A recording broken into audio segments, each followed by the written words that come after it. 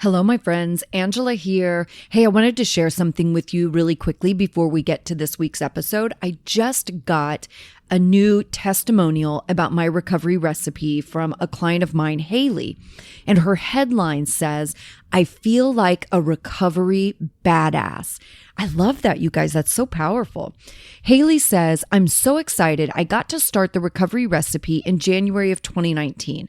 I struggled through the holidays, going to holiday parties, and not knowing how to handle it. I didn't know how to stay sober when no one was watching me. This program gave me accountability and a fresh understanding of how much power I really have in my life." Haley, thank you so much. Thank you for taking the time to send me a testimonial. I love that.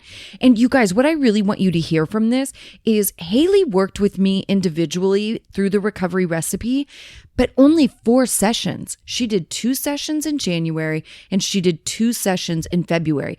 Like, she literally had immediate results with this. She felt way more confident about what she was doing. She had a clear-cut plan, like literally from the first session. So I don't want you guys to think this is something that has to take forever. My recovery recipe is so easy to follow.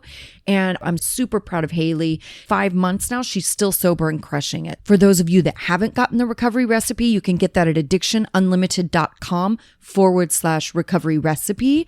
And any other information working with me, you can find on the homepage at addictionunlimited.com. I hope you guys have a great day. Let's get to this week's episode. Hey, everybody. Welcome to the Addiction Unlimited podcast, where you get to learn everything you want to know about addiction and recovery. I'm your host, Angela Pugh, co-founder of Kansas City Recovery, life coach, and recovering alcoholic.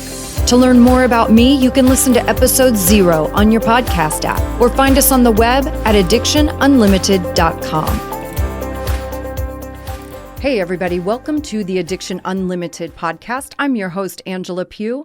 First of all, thanks so much for taking some time out of your day to spend with me listening to the pod today. I appreciate you guys more than you know. Today, I'm recording in Scottsdale, Arizona, which is kind of awesome. It was a really nice break for me from the Kansas City winter.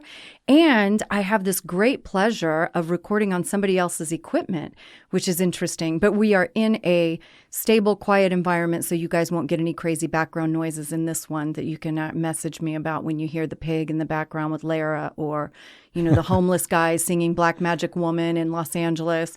We've had some pretty good stuff.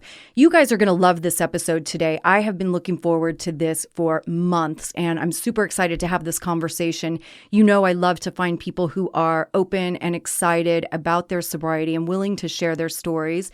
So you may know my guest today as the Sober Entrepreneur, aka Russ Perry. So let's take a minute and welcome Russ to the show. Hi, Russ. Well, hello. How are you? Good. I can't promise there won't be any random noises, but you know, we're doing our best here. That's okay. My listeners are used to it. It's a creative company, so you're never sure what's going to happen. Well, you know, because I'm always recording in random spots. Like, Yeah. there's always, it's just become a fun thing on the podcast of people picking out the crazy noises that I can't necessarily edit out. So it's been pretty fun. But Well, thanks for having me. Yeah, thank you for doing this. I really appreciate it.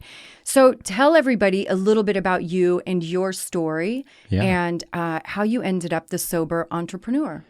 Well, I grew up pretty much knowing nothing about entrepreneurship. For me, it was I didn't even know that word existed until probably college. And I did my best to go to, follow the steps, like do good in school, stay involved. I got a scholarship. I went to Arizona State University. And for those of you who know, Arizona State University has many reputations. And when I was there, one of them was its party environment, which I was very much versed in for the years I was there. Even I knew that about that place. Yeah, it's quite an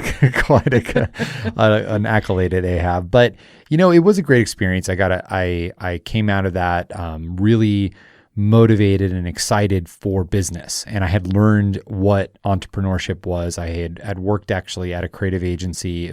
I worked in their PR department though. I didn't know what PR was. I applied for an internship and I got it. And little did I know I was not in the division I thought I was going to be in. But a really life-changing moment happened for me when I was 22 and I had my first daughter.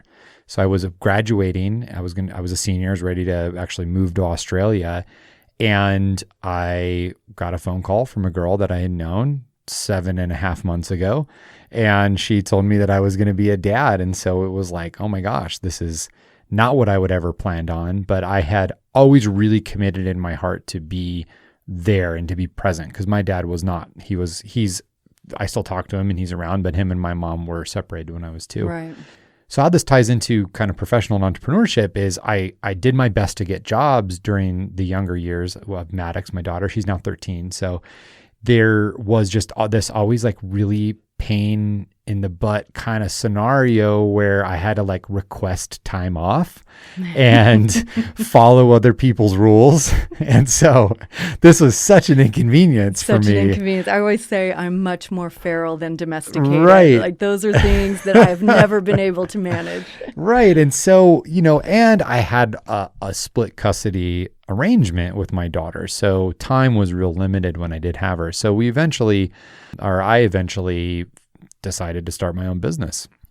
So that first business was a creative branding agency, as we were chatting about before we started. And we had a really good run, but my relationship with alcohol, my relationship with myself and what I thought success was, as well as my own lack of really any acumen around business, like thinking, to get sales, I got to go wine and dine clients and do this, and not realizing, hey, just doing a really good job is actually the best business strategy you could have. And oddly enough, there are like all of these people in the world that do these jobs without drinking. Right, yeah. Which was completely beyond me at that time. Well, then Mad Men comes out, the TV series on AMC, and so there's like this whole like nostalgic style of agencies and creative and drinking during the day. And so anyway, life just really stopped working for me. The more responsibilities I added on. I got married, had another daughter, and right when my daughter was being born, I went down a dark path with alcohol,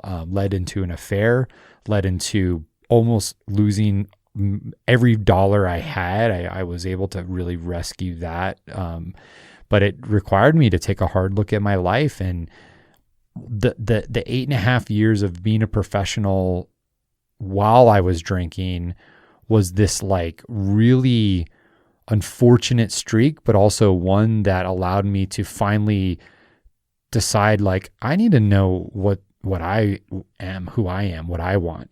And I had always hidden from those questions through sedation and through avoidance. And even my business, I always say entrepreneurs are the original addicts, because you have to be addicted to a vision. Absolutely. An idea. Yeah. But you also create your own reality inside your business. So you can hide problems and you can tell people whatever you want and, not look at the profit and loss statement. And so I had created this persona that just wasn't anything I wanted to be. And I finally closed my agency a year after my first year of sobriety. So I got sober in 2013. And finally in 2014, I started to get real comfortable with the truth. And I was like, I hate this job. Like, it was my company and this partner and his wife, but it was a job and it sucked. And it was all the things I had never wanted to be when I first started 8.5 years ago when my daughter was born. Were you experiencing some of that? I know in entrepreneurship, we talk a lot about it being very lonely, and it is kind of a lonely world. Like sometimes I feel like I'm just a little mad scientist, at my computer, but it can be pretty lonely. You don't have a ton of people around you. And one of the things I had to really focus on for my sobriety was being more present with people in an intentional way, right? Like I don't have children. I'm a really fantastic dog mom, and that was good for me.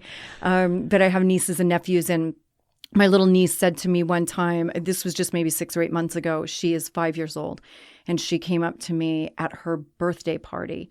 And she goes, Auntie, could you stop working just for 5 minutes? Oh, And it broke my heart. Yeah. But it's like I found myself almost isolating from people because I have so much going on and my phones ring nonstop and there's so much to do, right? And I would think like, I don't want to go be around my family or around my friends because I'm constantly going to have to step away and take the phone call or check the email. Like there is a little mad scientist sort of thing that is very lonely in entrepreneurship. It is. And as I mentioned in my book, like it's this perfect storm for addiction in the sense that, like you said, you're alone in a lot of ways. Like when I was doing my first business, the people I would hire were I was like way younger than people I needed to hire with the right kind of experience. And then my friends are not understanding payroll and HR and clients and invoices and P&Ls and all these things. So we'd go to these events and these social events with my quote unquote peers, and I just be bored out of my mind. Well, you almost don't have anything in common. Right. Yeah. Because my mind shift has switched to Totally. really focus on other things. Right. So you have that level of isolation, Right. and then you have an extraordinary amount of responsibility the more you are successful. Clients, employees, like any given day, we have over 220 people that work in this company around the globe. Right. I have a monster payroll every week. I got to make sure I'm delivering on. That you are solely responsible for. Correct. Yeah. So there's a ton of pressure there. And so then your home, if you are married or you have a significant other or kids, you don't want to bring stuff back home. And so then that's where sedation comes in. That's where alcohol comes in, is because it becomes this temporary avoidance and reprieve. And for me, that was the story I was always telling myself, was like, I work so hard. I like, no one understands me.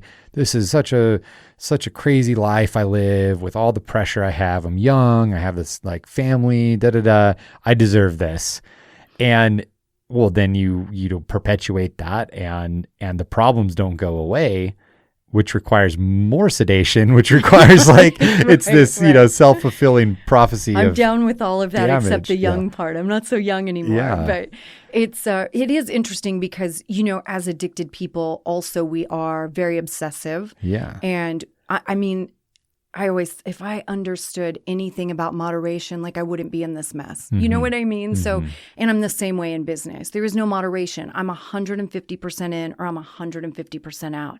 And it's challenging. It is challenging to manage all of that, but to keep my head in a good place. So this is the other thing.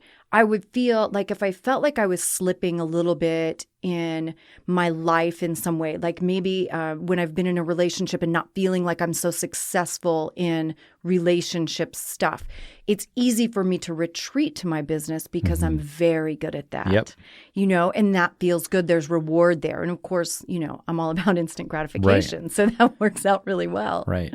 Well, one thing that I always come back to is this real simple concept that everyone can really understand, and it revolves around conflict, but the analogy starts with like getting stronger. Like you see here, we have a gym here. Like we don't look at it. I'm not that like big and bulky, but I like the idea of strength building. To build strength, you have to tear your muscles. Like you have to actually get into a conflict with yourself and do something uncomfortable that you don't like to do. But out of that comes growth. Right. And so in business or relationships or business relationships, the conflict which we so often want to avoid is the ultimate conflict that allows us to have the biggest growth. So true. And a business or a drink can be two different cups of avoidance.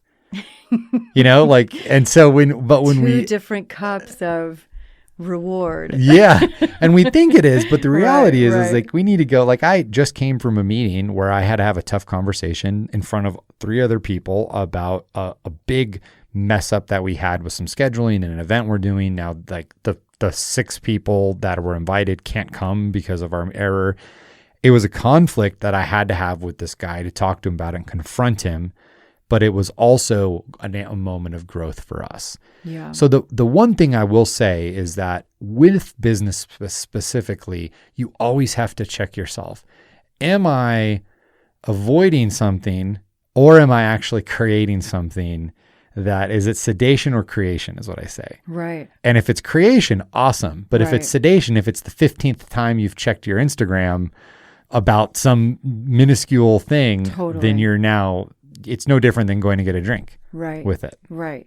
So when you got to the place that you knew you needed to quit drinking, like what was your journey leading up to that? Had you had prior attempts at quitting drinking? Like had you known for a long time? I always talk about, I knew really probably my last few years, I knew that I needed to quit. I took a couple of breaks, neither time with the intention of quitting forever, really just with the intention of taking a break. But the second time for sure, I knew I needed to stop. Like Right. I knew I was going that direction and that it wasn't going to be optional at some point. Like, did you have those experiences or were you really like, you found yourself in this situation, you're like, I've got to get it together, and that was that? No, without a doubt. I mean, especially the level that I went, there were many mornings and days and weeks after where I was like, I'm done. But there was always this social justification as well as the other evidence of me doing well in business, finding someone to marry, having another kid, like all these things, these Right. data points where it's like, okay, I can do this. It's Right. not, everyone messes up. Like Everyone it has tells, it's mistakes. justification. Like I am doing okay. Right. So here was the first part. There was two big moments in my life where I was like, it really like one moment shifted me almost all the way there, and then the next moment got me over the edge. The first moment was when I went to go apply for the Global Entry Program with the Homeland Department, Homeland Security, which is a fast pass in immigration when you travel internationally. Okay. So to do it, you have to do, it's like way more intense than TSA pre. You have to go do like a real detailed background check. And I went there and it was like this rapport of all of these arrests and problems and college fights and just drunkenness all in one place.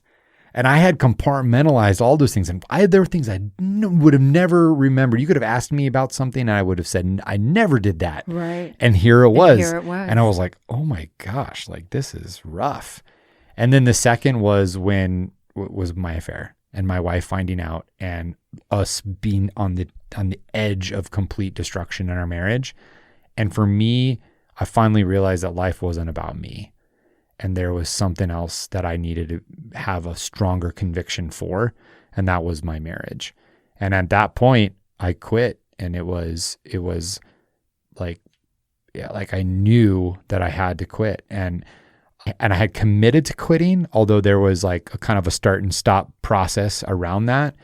And less than a year after that commitment and everything with me and my wife, October 22nd, that was my last day, and it's been like really, I say this slightly in a guilty way because I know it's not easy for everybody, but it's been really easy since. I have a very similar experience too. And sometimes I feel like I'm not the best example of sobriety because I didn't struggle, and I don't know what that's all about. I don't know why it was pretty easy for me or it was pretty comfortable.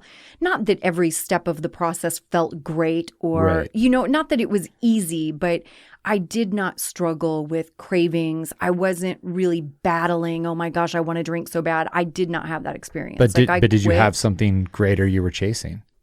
Well, I relate a lot to what you said of coming to the understanding that there was something bigger, right? So my final was I was in an accident. I crashed my car at 70 miles an hour on the freeway, and I hit another car. And there was a moment of, it was a big moment. And I don't remember a ton of it. Like I just remember tiny bits and pieces. I'm pretty sure I was just completely unconscious, like when I crashed. At my trial, the guy said that I entered the freeway and I accelerated until I hit him. Yeah. Which says to me I was unconscious, know? So I remember standing on the side of the freeway and looking at kind of the wreckage of everything and all the flashing lights and the police. And of course, they were not super thrilled with me. And I was the only one injured, thank God. Yeah. But I had busted up my face pretty good. I broke my nose and I was just pouring blood like everywhere. It was just a crazy moment. And all I could think about is like I felt like even though the guy I hit was okay, I felt like I had killed him. Right. Because I could have Right. killed him. And it's like I was standing on the side of the freeway looking at all of this wreckage, and it was so indicative of the wreckage of my whole Wow, life, yeah. really. Yeah. And I remember thinking like there must be something else I'm supposed to do. Right. Because that was the second time for me that I was walking away from a situation that I probably shouldn't have been walking away from, Mm-hmm. that I should have possibly died, definitely been more injured. Mm-hmm. And I just thought there's got to be something else I'm supposed to do. There has to be a different path for me because I'm trying my best to die every day. All I Right. wanted was to die. Right. And every freaking day I kept waking up, you know, and I kept going through these situations. And the other part of it was thinking like, I felt like I killed that guy. And I was in my head, I was like, oh my gosh, like I'm a murderer Right. now. Like, how do I look at my mom and tell her this is what I did? Mm-hmm. Because truly, just because my outcome was different, my actions were the same. And I've sat in AA meetings with friends who have done the exact same thing and their outcome was very different. And someone did lose their life. Right. So I just felt the weight of all of that. And it was horrible. And I just knew in that moment, I felt like alcohol had been my confidant and friend for so many years. And I felt so betrayed. And I was like, damn, dude, like we spent some good time together, you know, Yeah. like this is how it's going down. Like, why'd you do this to me? You know? And like I say to people all the time, I'm like, listen, I really like you too. But if you tried to kill me, I wouldn't hang out with you anymore either. Right. Like, that's just how it made sense to me. Right. So for me, it was like, I just shut it down. I shut down that part of my life. And all I thought about from that point forward was, how do I live now?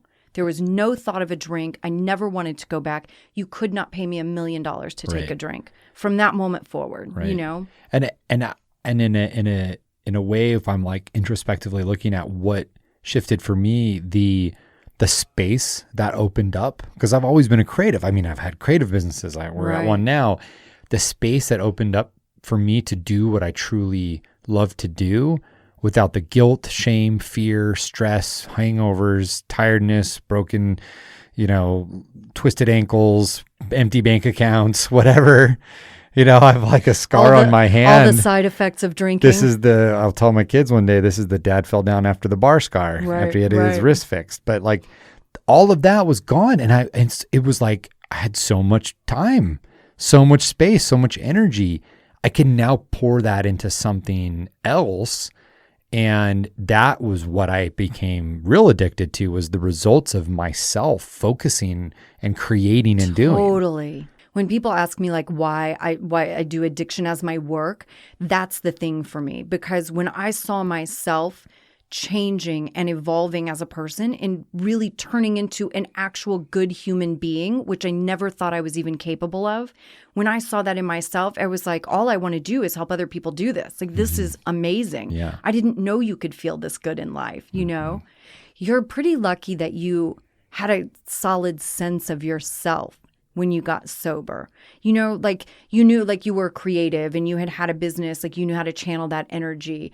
Like I didn't have that at all. I was a bartender my whole life. I would disagree. So I didn't actually, but I invested in that. That was the first thing I did after I closed my agency, was I went and hired some coaches and I went to like a personal development event. And it's a funny story because the first real influential business coach I ever had, which actually she's a life coach, she just marketed herself as a business coach to trick you to hire, was at an all women's event. And it was me, the husband of the event coordinator, and like one other guy who was like a energy reader. And he and I, it was like 30 other women. And I connected with this one woman, Dina, and I'll never forget her sales pitch. She said, I was like, oh, like, do you coaching? She's like, yeah, I coach women, but sometimes I coach really smart guys. I was like, that's the best sales pitch ever. Right, Sold. right. But we worked for almost a year on self and confidence and letting go of anger. And I had I'm like a really optimistic guy that had a lot of real resentment things that drove me to drink in hindsight. Right, so I would never be a jerk. I'd always be friendly, life of the party, super fun. Everyone wanted to hang out. But there were like things that that were still real frustrating and anchors in my life, that through that work, I got real clear. But I just learned that if I want to grow who I am and grow as a business leader, as a husband, that's no different than learning a new skill set like tennis. Like, right. I got to find people who are good at it or know how to do it, invest in that. And then I started really working on that myself. And I eventually became certified in a training program called Warrior, where I teach other men and now some women how to kind of find that certainty and clarity in their lives. Yeah. But I'll tell you what, Angela, it was not like when I started the sober part of my life, I had no clue where I was going. Like, really? I was lost. I tried to start all sorts of weird businesses and and blogs and like I was just on the hunt. I had no idea. I literally was a bartender my whole life. Yeah. And I lived in Los Angeles all my 20s, right? So I was a bartender all over Beverly Hills and Hollywood. And I always made a ton of money. Like I really never had to grow up. I never had to think about money or budget or like I just was so stunted in so many ways. And when I got sober, I continued bartending for many years because it was the only skill set I had. Mm-hmm. And I am much more feral than domesticated. Like there's no way I could not have a job, you know? And I just kept bartending. I was like, okay, I'll make a deal with myself. If it doesn't bother me to be behind the bar, then I'm not going to worry about it. You know, like I'm not going to make an issue out of a non-issue. But if it did bother me, I was like, I'll give it up, right? And if that means I have to give up all of my lifestyle things that go with that income and move in with my parents or something, I don't know. I just know I was willing to do it if that's what it required, you know? And it just didn't bother me to be behind the bar. So I kept bartending for many years. Yeah. At some point, I decided to go to college. I think I was 37 maybe when I decided to go to college, and that was really interesting. Definitely a turning point. But I really had no idea who I was as a woman, as a daughter, as a sober person, as a drunk person. I just had no idea who I was. Mm-hmm. It was an interesting journey. Yeah. And I think for anyone who's listening who is at that point in their life where they're wondering, where do I go? Don't approach it solo. I mean, I think the reason why we end up drinking so much is we're trying to solve problems by ourselves. With broken thinking. With broken thinking, exactly. But there's a whole world of personal development, some better than others, that can guide just the deeper questions and analysis. And what I ultimately realized was like, I have a very, unique skill set with people management and creativity. And I was finally able to piece those two things together to create a business that connects people with creative help. And that ultimately, if I go now back through my life, I could see, oh, I learned how to do this piece at this job and this piece at this job and this piece at this job. Totally. And it finally came together. But for sure, I didn't do that by myself. It was with a lot of professional help and professional coaches and business coaches and all of the self-development space that some people make fun of. All my favorite stuff. Yeah, I love it. Yeah, too. Because I have a coaching practice too, right? Yeah. So that was the first thing I did in my sobriety. I took a life coach training because I was just kind of fascinated with it. I never expected to do it as work. I was just fascinated with it. And I had friends and family who would come up to me like, oh, you know what? I have this goal. Will you help me set this goal and like really get there and achieve it? And I was like, yeah, sure. And then that from there turned into doing interventions, right, which I've done for more than a decade. And interventions really turned into a coaching practice, in working with families and people when they would come back from treatment and all those things. So it's just been an amazing journey all the way around, where I get to be in these phenomenal conversations all day, every day, where I get to continue to learn about myself and help other people learn about themselves. It's just so good. That's why I say like being an alcoholic was by far the greatest thing that ever happened to me. Yeah. Because I wouldn't have any of that. Right. If I hadn't been standing on the side of that freeway, completely freaked out, Absolutely. I wouldn't be here. So when you got sober, did you go to treatment? I went to Celebrate Recovery, and that was awesome for me. It was near my church. In fact, my wife and I had driven by the ad for it. They had a billboard always on the freeway here in Chandler. And it was profound because like I was committed to the decision, but going to a program. Then I've of course been to AAs and I like found people who had like, I could talk to about this, like talking to you about it. Right. Like we can talk about these things and these problems and challenges. And I had up until that point, even though I was committed to getting sober and the decision, I know the decision was concrete for me. It was still real wrapped up inside me. And I wasn't going to talk to my wife about how I felt about these things. At least I can now, but then I didn't feel comfortable. I could go to the Celebrate Recovery and get in small groups and go through their steps, which is pretty much, it's like a Christian version of AA. Right. Yeah. And then there was real reality checks there of like the 70-year-old guy who did get in a car accident and kill somebody. Right. So it was like this environment of love and connection and support. And that was powerful because it helped me gain my own voice in talking about it to be able to pass that on.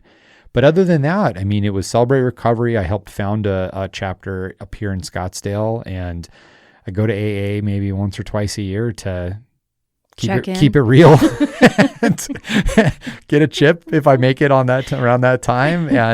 But then I found, rather than going to AA, I better help in my own way. And that's why I wrote The Sober Entrepreneur. Right. Is to really target that higher performing entrepreneur who may be struggling with any kind of addiction or just addiction to their business that's having the same impact as alcohol. Let's not talk about that. Well, I'll make sure you get a copy before we leave. I tried to get it the other day. So this is something that we have to talk about because I tried to get your book the other day and you do not have an audio version. So as my Q1 target for this year is to record, like I'm literally I'll show you my gold book upstairs. It says audiobook. Because I was heartbroken and I was like, if you need somebody to read it, I will read it. Okay. But we got to get an audio version. Yeah. But that's what I found is like, and I love those programs and they're fantastic, but I found that program to be a hard place to get people to go to who aren't real clear that they have a problem. Right. And so that's why I wrote the book, was to sort of tell my story and, hey, I'm just this everyday guy that had this challenge, and it ended up being like Russell Brand. He wrote his book on being sober, but he's like a rock star celebrity. Right, so it's hard to associate. His book is funny, and I hope I get to meet him one day because he seems like a great guy. But, when you're reading about his life, it's not as identifiable. And so I wrote the book to be like, hey, here's just everyday life stuff. And then here's what I did. And by the way, sober was really clear about that. But you could be addicted to porn, alcohol, food, working out, your business, whatever. We all have it in our life. Yeah, this is for sure. The frame. You need to understand it. That's one of the reasons too that I decided to start the podcast. Mm-hmm. And really, I have not had an anonymous moment of my sobriety. I've never been it's just not my thing. I'm very proud of it. And I felt like I got to know myself on a deeper level, and I've gotten to become this incredible person I'm so proud of. And all of that's because of my sobriety. Right. So I never want to hide that. I have no desire to hide that. But I love too that your book, you said your line is changing your family tree. Change your family tree. Yes, I love that. That's so important. But to understand that you even have the power to do that, right? And for people to be open about their sobriety and talk about it, especially now as saturated as the world is with drinking, mommy's drinking wine and wine o'clock and, all the beer commercials. And it's like you're inundated with all these messages that drinking is the only way to do anything. Right. It's how you relieve stress. It's how you celebrate. It's everything, And for me with the podcast, it's like, let's talk about recovery. Let's talk about being sober people and clear-minded. Mm-hmm. And I want to talk about becoming the architect of my own life. Right. Like that's what I'm doing in a sober mind. Right. And I just couldn't be more proud. That's the message I want out there. Have control of your life and have fun and make it the way that you want it and achieve everything you want to achieve. It's kind of awesome. So I apologize that I don't have an audiobook, but had I had the audio edition, you would know. I'll tell you the quick story here for everyone also listening who hasn't read the book. That line, change your family tree, actually came. So my wife and I are like a month, maybe 2 months post-affair, and we're just like, okay, we don't want to get divorced, but we don't know what else we're going to do.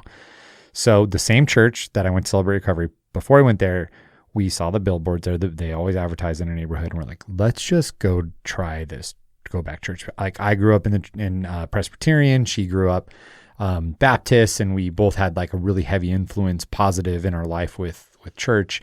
But neither of us had been in like 15 years at that point.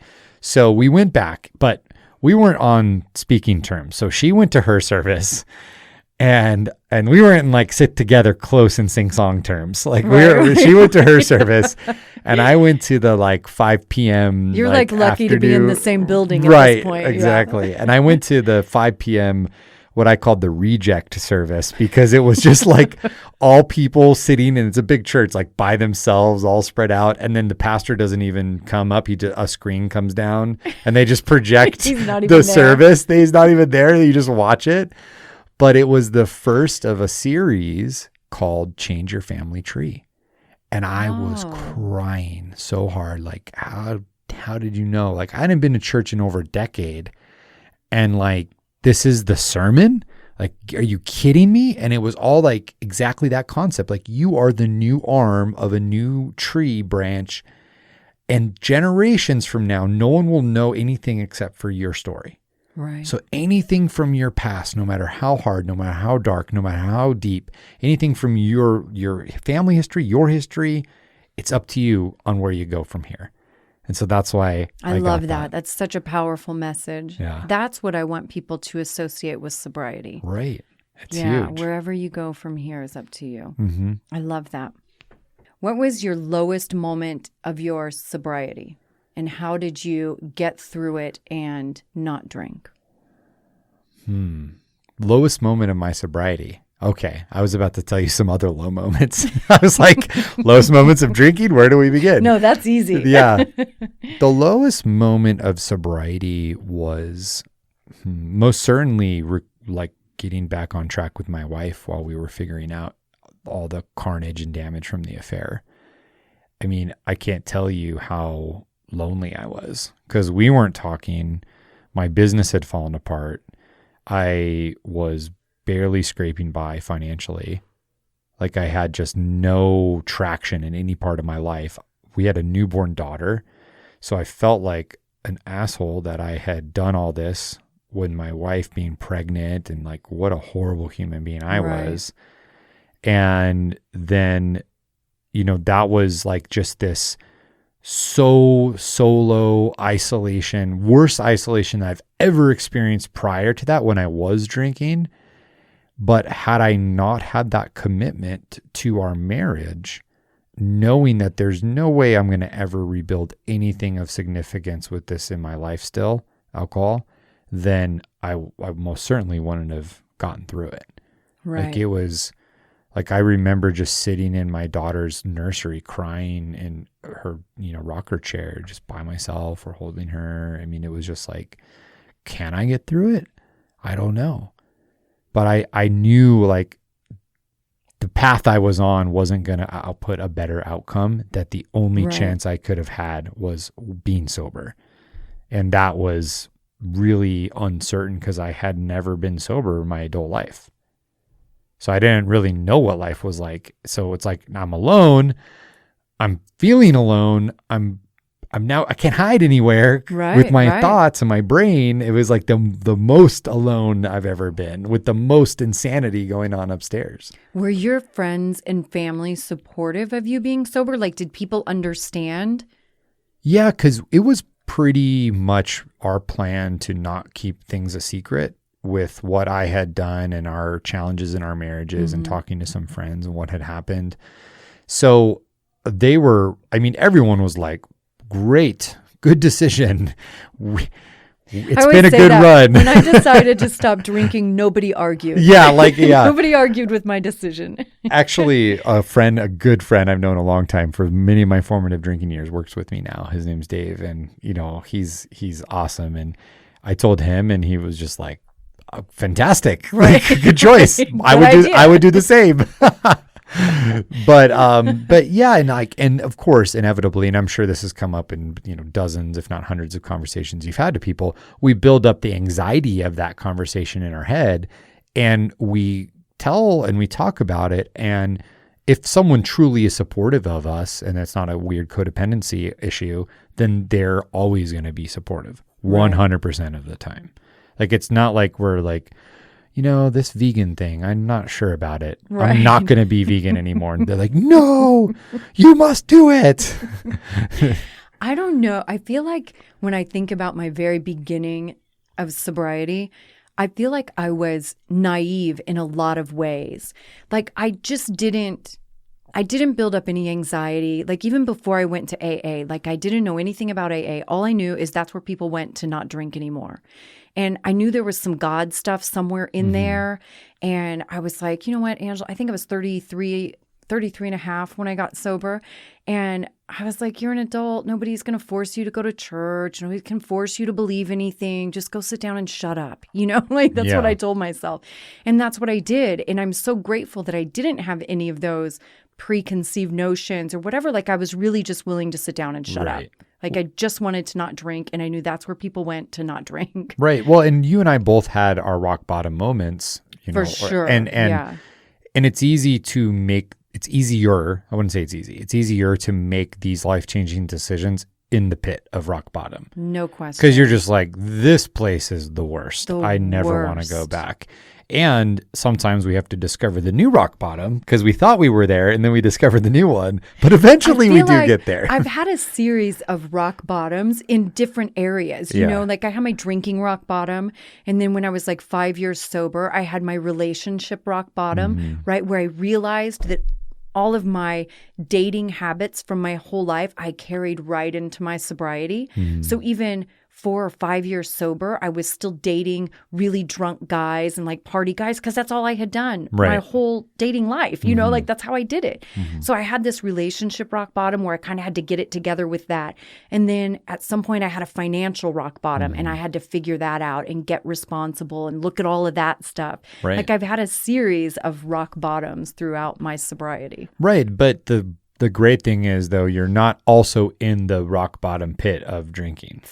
Trying to solve those other problems. Yeah, right? There's no way. And that's what blows my mind when I think about, like, how did I run a business for 8.5 years responsible for this stuff and be successful? It's like, I don't carry guilt a lot, but I do have this kind of like, oh man, if I could do that again, because we had some great clients. We had some awesome opportunities, and I was playing with 2 arms tied behind my back. Right. And a hangover. For sure. So, that's what I think about my 20s. Like, I wasn't even crazy in my 20s. My drinking was barely out of control. Like, I drank alcoholically, but I didn't drink a ton. I wasn't blacking out. I wasn't having legal problems. I was a bartender, so I wasn't having any issues with work, you know, because I was paid to drink. But I look back at it now and I just think, what a waste. Like, I just, like this whole decade of my life that I just did nothing. I mean, I had a lot of fun. You know, I traveled a lot. I mean, I went to a 9 Inch Nails concert one time and didn't go home for 2 weeks. Like, that was my life, you know? That's what we did.